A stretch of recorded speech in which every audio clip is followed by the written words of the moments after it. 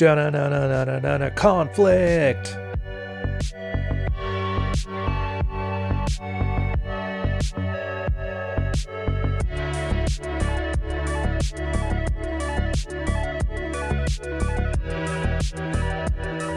Welcome, guys, another Practical Female Psychology. This one is episode 13, chapter 12, Root Causes of Conflict. Starting quickly here, in our view, there are three root causes of conflict in a relationship: improper screening, mishandling of the early frame announcement, and failure to establish boundaries. I believe they ended off then with some examples and practical advice, so it's a fairly quick and snappy chapter. Let's get started. Improper screening, and I don't like it as a clumsy term. A better term for this is actually congruence. Know what you want, go after what you want, and actually want what you're getting. It's a very difficult trifecta of things to get here, and they have a great example that I'm quoting here.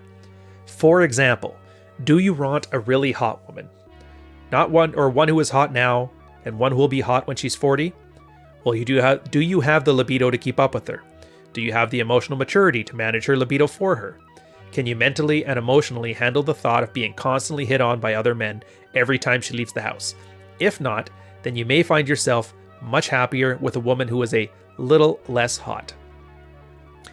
The screening is literally that, and we've talked before about the good girl, the materialista, the adventuress. Everybody says they want a good girl, but do they really? Remember, a good girl is not being about a good girl per se. It's about being a girl who treats the framework around the relationship and the social ramifications as more important than the actual relationship with you itself. Now, some guys like that. They like being power couples. They like doing the status stuff. They like power lunches. They like, big church events, all that kind of stuff. And yeah, that's great for a lot of guys. They don't like that. They don't like being boxed in by society's expectations. So you may say you want a good girl, but you really don't. You're probably going to want something closer to an adventuress, same as the other guy.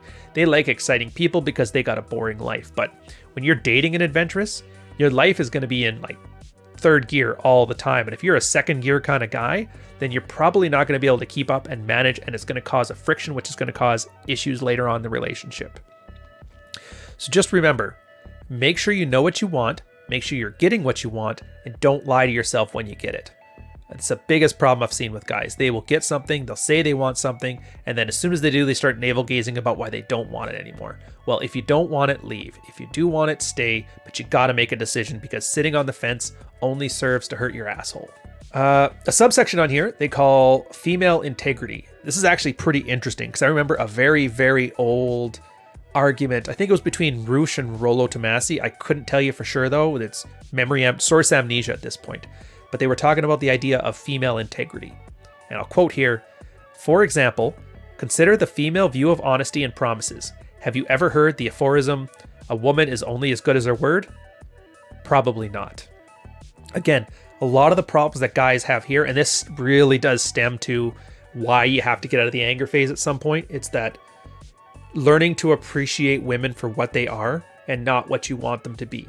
And female integrity is a perfect example of that. I think, what was that line from the Tarantino movie? Was it Mandy? Like, I can't trust Mandy, but I can always trust Mandy to be Mandy, I think was the one. I probably got the name wrong there, whatever. But that's the point. Women are consistent. Women are predictable. Women are, like, you know what you're getting into with a girl. And the only time you run into problems is when you start treating her as a guy. Again, that blank slate equalism. Girl have a noble honor the same as men do. It's very sacrificial. It's like, no, they don't. And as soon as you understand that, and as soon as you can accept that and move forward from that, you can actually have much more fulfilling relationships with women. The early frame announcement, and to quote here, a mistake that men often make is they fail to take it seriously. The most important quality in a woman is the way she treats you as a man. The early frame announcement is a clear and unambiguous signal from the woman about the way she will treat you and why. So pay attention to it carefully. Consider it like a my way or the highway frame, delivered in a sweet and silent, feminine way. Now, what the hell does all of that mean? The early frame announcement, and the best way to describe it is like those tweets that you're going to see every masculine brand do at some point. If she tells you what kind of person she is, believe her. Luckily, though, they're going to use some examples here, and we're going to use those and kind of let you map What are the implications? What do they all mean? And maybe there's some of them you've probably heard before. I've heard maybe half of these in my lifetime. I'm sure some people have heard the other half. Doubtfully anybody's heard all of them. The first one, my former boyfriend was aggressive and he abused me. Translation, I will be horny for you and appreciate you only if you will abuse me in the relationship. And we've talked about that one in an earlier episode, so it should be an easy one. I like men who know what they want and take charge. Translation, I will relax and put all the responsibility for my life upon you as soon as we start the relationship. I love jewels, they make me so happy. Translation, in our relationship, I will demand material possessions from you in exchange for love and sex. I often like to go dancing late at night. I don't understand people who like to sit on the couch and watch TV. Translation, I want to have fun in any relationship and be out at night, either with you or without you. You can expect that I will frequently come home drunk from the club. I just love to spend time with my girlfriends after work. It's so refreshing to chat with them. Translation, I only want to have fun when I'm with you. Don't even think to stop me from doing that when we are in a relationship together. I need my space in the relationship. Translation, I am the most important person here, and you will have to practically beg me to get any affection or sex. I'm sure you can think of your own examples. I would actually love to see them, so let me know down in the comments any of these early frame announcements you've seen over your dating life and what the translation that you think was arrived to. Let's see if we can get a full list going here. The best one I'll put as a pinned comment. Setting proper boundaries. To quote, you might think that when your woman is complaining about your friend Bobby, that she really wants you to curtail or eliminate your friendship with him, but more than likely, she is subconsciously testing your inner resolve to determine whether you're a man who can be swayed by a woman's emotional manipulation or not. This is so common. I have a good friend back when we were sailing together, and he got together with a French girl. First mistake. Quebec French girls. Just going to leave it there. Every time he wanted to come out with us, she would be sick or have a hard day at work. And she was basically manipulating him into staying home and being with her. But she never asked him not to go out with us. But he, this is the greatest girl in my life. She's the girlfriend. She wants me to open up and be more emotional. Same thing we talked about, the betaization process. And he would always be like, guys, I can't go out tonight. Got to take care of her. I'm going to stick around here tonight and do it. And she always ever seemed to get sick when we wanted to go out. So eventually we kind of just stopped calling him. And yeah, certainly, and this was only a short relationship, less than a year, but it went through the entire betaization process. Strong testing him early on. Then later on there, he didn't set his boundaries and she tried to manipulate him into being more emotional and more available. And then all of a sudden it was like putting him to work, getting him to do everything for her, to dote over her. Then she wasn't happy with it. Nothing was ever good enough. And sure enough, eventually the whole thing broke apart. She ended up getting a new boyfriend, luckily just in time for her posting to eastern coast of Quebec. Well, I got a new boyfriend now. I can't leave. And for some reason, the career manager's like, okay, you can stay here. We're going to send this guy who just had a baby with his wife down there. And then the wife's like, well, I can't leave because of my job. And they're like, okay, so let's just split this family up because you got a new boyfriend. And I was like, this all could have been avoided if every guy in that scenario was just better at enforcing his boundaries. Again, don't let yourself get manipulated. And if it's a manipulation that works out well for you, which you'll see, I have a mids watch episode. I think it's episode 4. Give that one a watch. You'll see what I'm talking about when I say a manipulation that works for you. Just let yourself understand that you're rewarding good behavior and not rewarding bad behavior. Again, manipulation isn't necessarily a bad thing, but you got to make sure if you are falling for it, you're falling for it on your terms and you're getting something valuable out of it. At that point, the manipulation becomes a synergistic, healthy relationship standard and not an unhealthy one. Charles Bukowski, Jordan Peterson, Neil Strauss. I like these guys. Chapter 1, Section 2. You ain't shit, and that's okay. And they end off, as usual, with some practical advice. The quote here, lacking a memorable seduction to kickstart a relationship, the most important thing for establishing harmonious relationships with women is to use the early frame announcement proactively.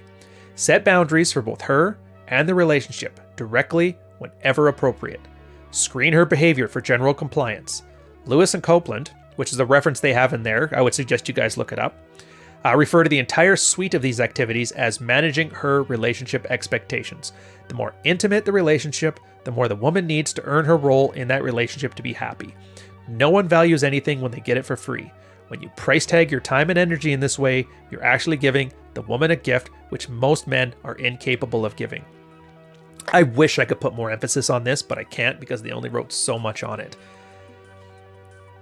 This is what we talk about with leading. Men need to lead a relationship, and as usual, the trads always get it wrong. They think, well, that means my girl doesn't drive anywhere. She's always in the passenger seat riding shotgun and I drive. All you're doing is doing more chores for her. Well, my girl doesn't have to clean the house. Well, my girl doesn't have to take care of the kids. Well, my girl doesn't have to work. Again, it's always just, like, where's her challenge in all this? Like, I get it, girls aren't men, but girls don't like free shit. They'll take it, but it's boring, and it's unsatisfying. And there is nothing more satisfying than earned reward. So yeah, when you first start dating, throwing a bunch of compliance tests in there are great. I think it was the old one, Mystery, used to have the one where he would hand the girl like a necklace or something like that. It's like, hold on to this. And then he would tell the story to the group. Rollo tells the story about when he was playing in his band back in the 90s. He would tell a girl to hold his drink. He had to go up play a set. It was like the only drink he could afford that night too. And if he came back and the girl was still holding his drink, he knew he was in there. It's all these little things here. And by giving a girl a challenge, after that initial attraction is always there, the girl will start to enjoy her time with you because she doesn't quite have you. There's always one foot out the door. There's always something she has to do to win your heart. And like I said, it sounds manipulative, but if she's having fun, if you're having fun, if everybody's happy and everybody's healthy, well, I would say manipulation's a good thing in that case. Now, can it be a not good thing? Sure. But at the same time, from a red pill perspective, you always give the women the benefit of the doubt. They aren't stupid, and if you're acting a certain way, they understand that, but they're still trying to fight for you back. And it's not your fault if you're not that into a girl that you don't want to take the next steps, wink wink, to become a live-in girlfriend, to become a husband and wife, maybe to start a family, whatever. You're not being dishonest. You're being manipulative, but you're being honest. And they decide to stay in there thinking that they can win it over. And sometimes women just aren't good enough. I hate to tell you this, but like I was saying before, I think last episode, where social media, the large population, have made it so girls think they deserve a higher caliber of man than they actually can get, because it's very easy to sleep with top tier men. Very hard to lock them down. And unless you're a top tier woman, I kind of doubt that too. But that's the problem. This is the same as a guy getting friend zoned by hot chicks all the time. He thinks, oh, I could easily have a relationship with any of these girls. They'd love to sleep with me because they hang out with me all the time. Meanwhile, still not sleeping with any of them. Same as the girl. I could sleep with all those top tier model guys, all those pillars of industry, all of those awesome rock stars. Not a single one wants to see her the next weekend. And it sucks because nobody is honest with women. Why would they be? Everybody kind of wants something from them, so they lie to them all the time. But not you. You're being honest. You're being honest with your intentions. You're being honest with your actions. You're having congruence like we've just been talking about the last couple episodes.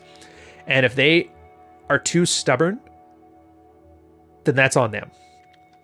I mean, worst case scenario, if you really do feel bad about somebody who's trying for something that they're clearly not offering them, you can just flat out break up with them. But I'll tell you right now, a lot of guys have tried that, and then they find out how crazy some girls can be. Like, if you've ever tried to break up with a BPD girl before she breaks up with you, she'll probably stalk you at your place. Like, I had a friend literally like that. He used to have his roommate answer the phone and say he wasn't home because the girl, her name was also Melissa, by the way, used to stalk him outside the bushes in his place and then call the house to see who would walk up to the window answering the phone. And if it was him, she asked where he was, and if he said he wasn't there, she knew he was lying. She used to break into his house when he was on sales and make him breakfast for when he got back. It was damn crazy stuff. So there's actually a pretty good reason that guys would rather be manipulative and subtextual with this stuff than to be flat out open and honest and do some of the hard decisions sometimes, because a lot of it involves not letting crazy come inside your door. But I don't know. It's a bit of a convoluted story. Just take from this whole episode what you will. Hopefully you enjoyed it. I will catch you on the next one. Take care and cheers.